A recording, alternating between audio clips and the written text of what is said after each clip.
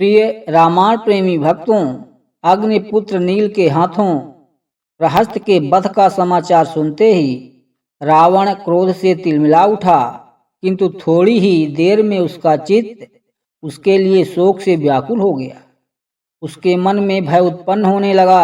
वह मंत्रियों से बोला, शत्रुओं को नगण्य समझकर मैं उनकी अवहेलना करता रहा, इसी का परिणाम है।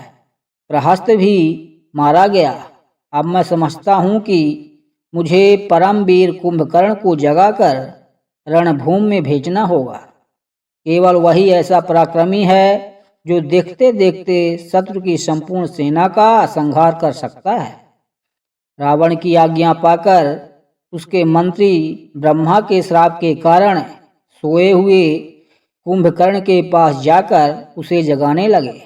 जब वह चीखने, चिल्लाने और झकझोरने से भी न उठा तो वे लाठियों और मूसलों से मार मार उसे उठाने लगे।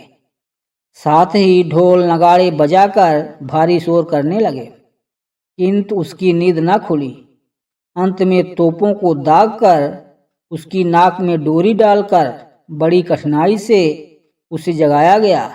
जब उसकी नींद टूटी तो मांस मदिरा का असाधारण कलेवा करके वह बोला, तुम लोगों ने मुझे कच्ची नींद से क्यों जगा दिया? सब कुशल तो है?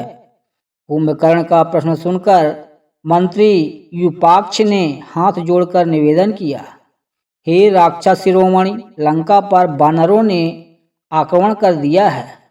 अब तक हमारे बहुत से पराक्रमी वीरों तथा असंख्य राक्षस सैनिकों का संहार हो चुका है।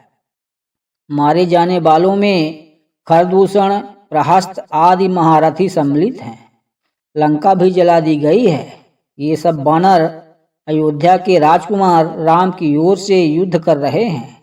इस भयंकर परिस्थिति के कारण ही महाराज ने आपको जगाने की आज्ञा दी है। अब आप जाकर उन्हें धैर्य बधाएं। यह समाचार सुनकर कुंभकर्ण राजसभा में रावण के पास पहुंचा। उसके चरण स्पर्श करके बोला, महाराज, आपने मुझे किस लिए स्मरण किया है? कुंभकर्ण को देखकर रावण प्रसन्न हुआ।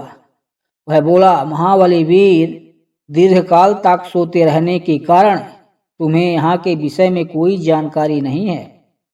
अयोध्या के राजकुमार राम और लक्ष्मण वानरों की सेना को लेकर लंका का विनाश कर रहे हैं।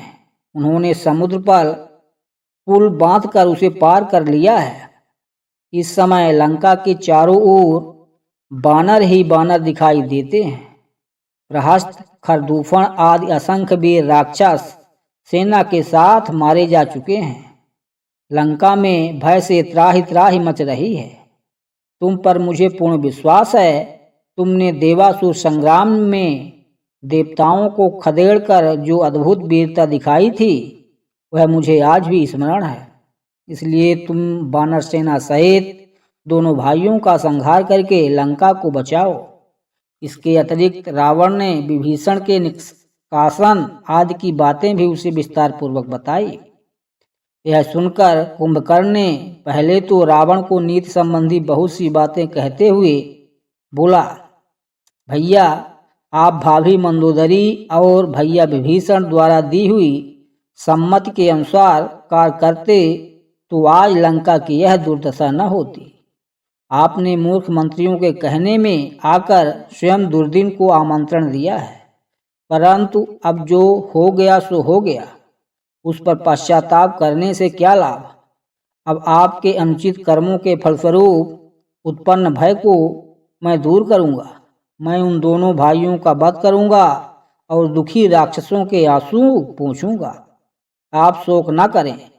मैं शीघ्र ही राम लक्ष्मण का सिर आपके चरणों में रखूंगा।